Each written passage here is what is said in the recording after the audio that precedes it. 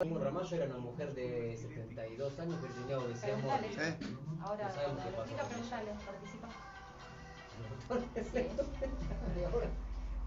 Bien, el doctor Emilio Pastor, vamos a hablar de la obesidad. ¿Por qué la obesidad también aumenta la probabilidad de formas graves de COVID-19, doctor?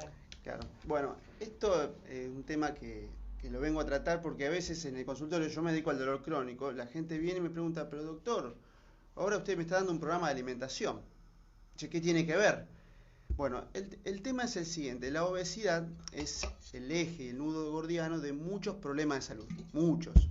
El dolor musculoesquelético, la fibromialgia, la fatiga crónica, también está presente en lo que se llama síndrome de ovario poliquístico, es lo que origina la diabetes mellitus tipo 2, genera mediante la liberación de insulina, hipertensión arterial, y también la obesidad es un factor de vulnerabilidad para hacer formas graves de enfermedades infecciosas, cualquiera de ellas. Entre ellas el coronavirus, el COVID-19, que es la enfermedad producida por el SARS-CoV-2, que es una cepa de coronavirus. Y ahora, ¿por qué pasa esto? O sea, ¿cuál es el tema? ¿Cuál es el problema? Bueno, el tema es así. Nuestro cuerpo tiene un número de células de la grasa, se llama adipocito. Células de grasa se llama adipocito, que se encuentran en distintas partes del cuerpo. Especialmente uno lo puede ver en la panza, pero también están en las glúteos y en toda parte.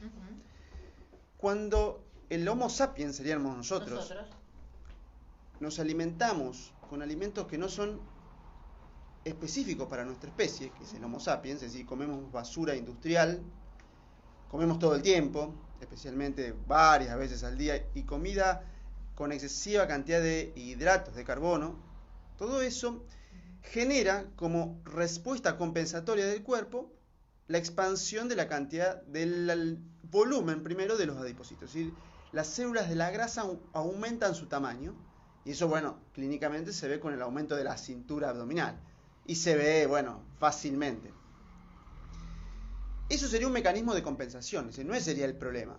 Pero ¿qué pasa? Cuando los adipocitos, estas células, están irrigadas por vasos sanguíneos, ¿no?, que le dan la oxigenación y los nutrientes. Cuando el adipocito es muy grande, se supera cierto umbral donde la irrigación no alcanza y la oxigenación no alcanza. Entonces esos adipocitos empiezan a sufrir un proceso de hipoxia tisular, es decir, deficiencia de oxígeno y deficiencia de nutrición. Con lo que algunos adipocitos mueren y lo que ocurre es que se inflama la grasa. Alrededor de todo... Mientras la persona sea más obesa, más problemas tiene. Exacto. Llega un punto donde pasa de ser un obeso no inflamado, ahora lo vamos a explicar, a un obeso inflamado, que es aquel que tiene lo que se llama el síndrome metabólico. ¿Qué es lo que pasa? Alrededor de la grasa y de todos los tejidos hay células que son una especie de glóbulo blanco, es decir, derivado del monocito, que es un glóbulo, se llama macrófago. El macrófago está en un balance. Hay distintos tipos de macrófagos, 7 tipos de macrófagos, pero los más importantes son el macrófago M1 y el macrófago M2, que están en un balance. Como si en un lado estuviesen hay un artículo que lo habla así, los Sith Lord, los malos, los malos y los buenos. Los M1, y por el otro lado los M2, que serían los buenos, que serían los maestros Jedi, a los que les gusta la saga de Star Wars. Pero ¿qué es lo que ocurre aquí? Estos están en un balance. Los dos sirven. El M1 te sirve cuando vos te infectás, o cuando vos te cortás. El M1 va al lugar y barre y daña y mata las bacterias que entran. Y después viene el M2, que sería el maestro mayor de obras, o el que lava la zona y ayuda al proceso de regeneración de tejidos. Por eso yo insisto en la medicina regenerativa con este balance. ¿Qué pasa? La persona inflamada, es decir, que está obesa e inflamada, lo que ocurre es que tiene el balance normalmente de estos macrófagos en M1. Tiene muchos M1 permanentemente liberando citocinas, que son proteínas inflamatorias. ¿Y qué ocurre?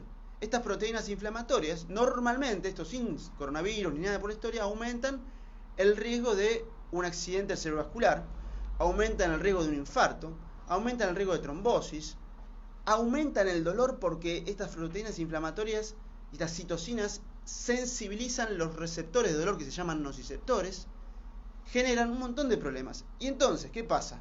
Suponiendo que esta persona se infecta por el SARS-CoV-2, el coronavirus, ya está inflamado y viene Nerón y le tira más leña al fuego. Entonces ya está inflamado y encima se inflama más. Y esa es la clave de que estos pacientes desarrollan las formas graves. Por eso, claro, es así. Oye, pero ¿cómo? Se contagió y ya falleció. Bueno, lo que pasa es lo siguiente, o sea, las medidas hasta ahora son tomadas para evitar el contagio, es decir, distanciamiento social, está bien, uso de alcohol en gel, higiene de superficie, higiene personal y la utilización del tapabocas. Con eso podríamos resumir las medidas de evitar el contagio. Después tenés medidas para cuando te contagiaste, es decir, mejorar el hospital, que haya los médicos entrenados en terapia intensiva, respiradores, buenos enfermeros entrenados, medidas de higiene en el hospital para evitar la epidemia hospitalaria y toda la historia. Pero lo que desde mi punto de vista no se está haciendo hincapié, y esto es serio lo que estoy diciendo, es en la fortaleza y el escudo personal ante una inflamación. Esto es muy fácil de pensar. Claro. Si lo pensamos es lo siguiente, ¿quién tiene más riesgo de hacer una forma grave por el coronavirus? ¿Cristiano Ronaldo o el ministro de Salud? El ministro de Salud. Bueno, es obeso. Claro, es por una cuestión física no sé si previa. ¿Es fumador? Por la voz parecería que sí. No sé, pero lo que quiero decir es para, digo, Claro, dos personas una que la gente persona conoce. obesa, una persona con problemas respiratorios anteriores, Sí. una persona de que tiene todo este perfil que está dando Exacto. el doctor, te llegas a contagiar y no tenés No, en base defensa. a lo que dijo el doctor, que son consecuencias plenas de una persona obesa, son todas consecuencias que te reducen directamente a estar en una cama, el sedentarismo completo. Por supuesto, entonces la persona ya está. El hecho de tener Ya está. articulaciones, dolores crónicos, un peso. que ¿Ibas a tenés preguntar un similar. caso de Ramallo al doctor? Sí, porque recordamos hace Sí. unas semanas el primer caso que se confirmó en Ramallo, se había dado esta característica, que era una mujer de 70 años con obesidad mórbida, esa era la- Bueno, la obesidad mórbida ya esa persona está inflamada y encima le agrega un poco el componente de la edad también inflama por un proceso que se llama inmunosenescencia, porque pierden músculo. Ajá. Entonces, por más que a veces esa persona no esté muy gorda, esté un poquito gordita, al no tener músculo, el músculo a veces compensa, entonces termina sumando la inmunosenescencia, que es el envejecimiento del sistema inmune que inflama, se llama inflammation, inflamación asociada a la edad, más la inflamación del síndrome metabólico, entonces ya está, es el caldo de cultivo Es ideal. un problema la Es como un obesidad. welfare mucho más Claro. atractivo para cualquier Ahora voy a decir la buena noticia. A ver. La buena noticia, había. y esto es así, o sea, si una persona que está con obesidad se pone en un programa estricto, el programa de reducción de peso, bajando el consumo de basura industrial o productos ultraprocesados, reduciendo los hidratos de carbono y a lo mejor a veces, si es necesario, ¿no? De acuerdo a su hambre y se sea haciendo alguna terapia de ayuno intermitente, rápidamente, Sí, empecé, bien, muy bien. No estaría viendo los resultados, pero empecé. Bueno, hay que ver otras cosas. Bueno, rápidamente la persona puede bajar su inflamación sistémica. O sea, no es que esto uno empieza a hacer las cosas bien y recién a los 2 años bajó la inflamación sistémica. No, una persona, por ejemplo, tiene 15 kilos de más, agarre y deja de comer carbohidratos, hace las cosas que tiene que hacer, a lo mejor en un mes y medio, mejora sustancialmente su inflamación sistémica. Y eso se puede medir, no es algo que no se puede medir, se mide con análisis de laboratorio. Análisis como la proteína C reactiva, análisis como la homocisteína, análisis como la insulina basal, análisis como la glucemia, la hemoglobina glucosidada, todos esos parámetros mejoran y esa persona mejora su escudo interno por si se infecta. De hecho, hay investigadores o revistas de medicina evolutiva que hablan que el gran problema que ha tenido Estados Unidos, más allá de la gran cantidad de gente que va a Nueva York, porque es una ciudad sumamente, muchos habitantes, y una capital financiera, es que el norteamericano está muy gordo. Entonces ya está débil de por sí. Consume mucha chatarra. Mucha chatarra. Bueno, nosotros también. ¿Sabés cuál es la estadística argentina nueva del año pasado de exceso de peso en Argentina? ¿Cuántas personas?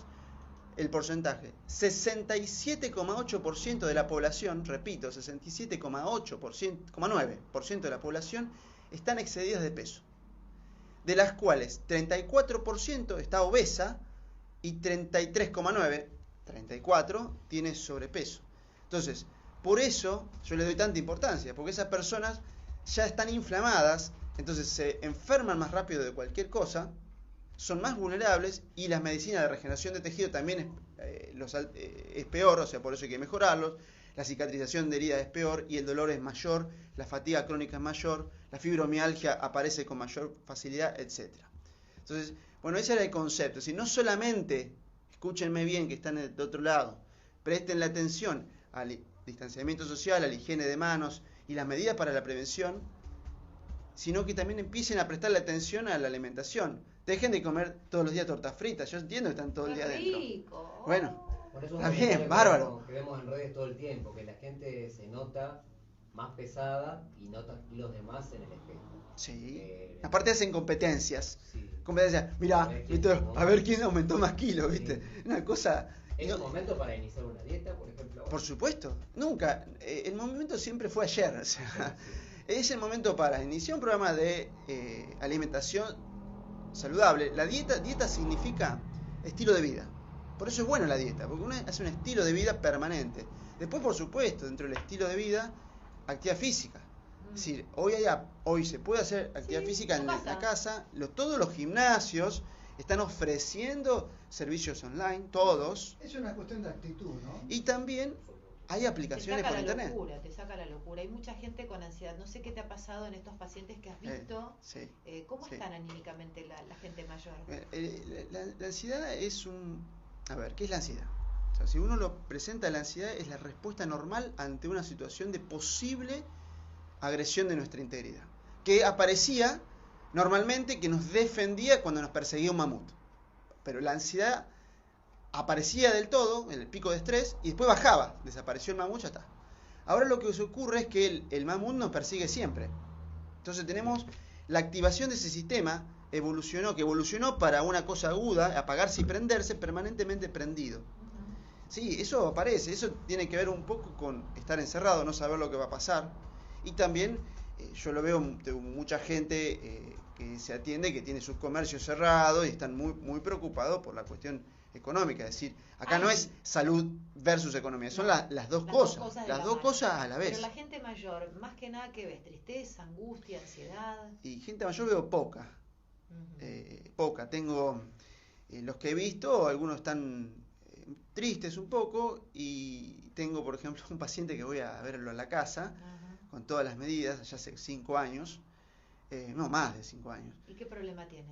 Y él está indignado con las noticias que ve, principalmente, claro. Y eso es lo que más lo angustia. Es que no hay que consumir noticias. Sí, eso se llama la otra pandemia, las noticias.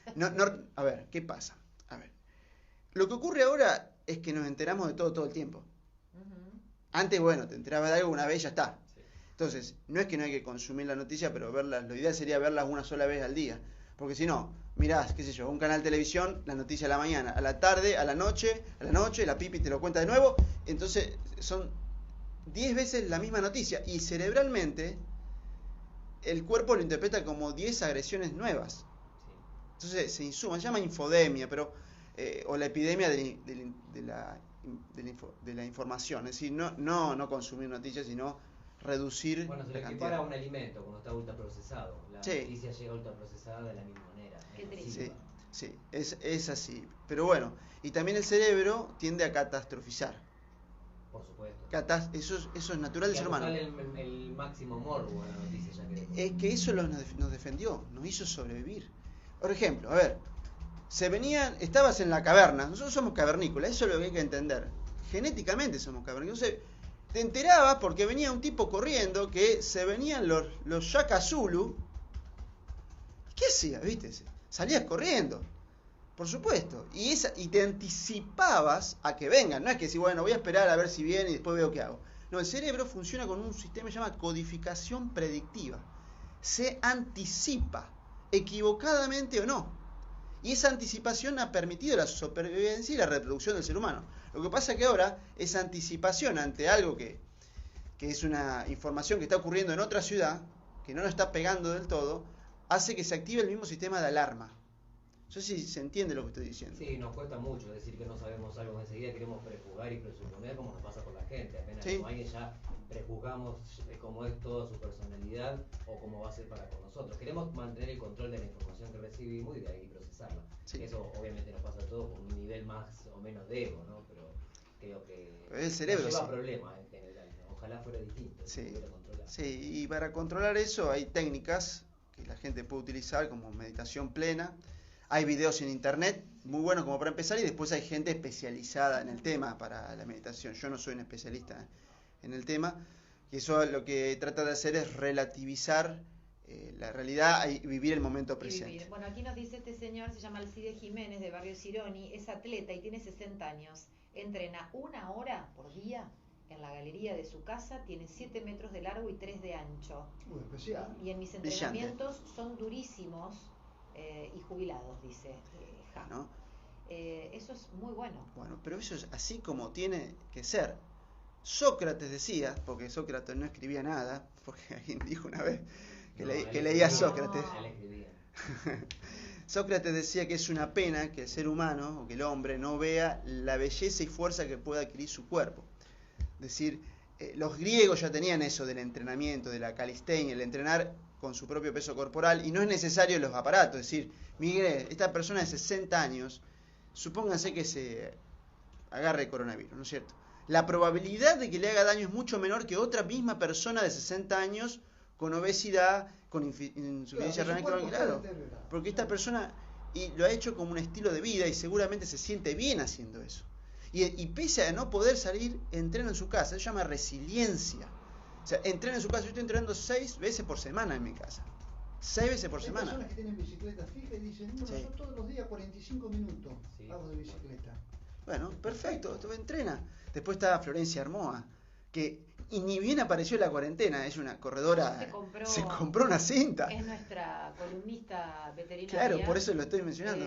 Y vos fijate que ella permanentemente en el cuartito de su casa cita y le da 1 hora. La lista de excusas existe siempre. Competidoras de natación, en pelo pincho, están entrenando. ¿Y cómo Bueno, hacen? y la Peque ¿Gimnasia? Pareto.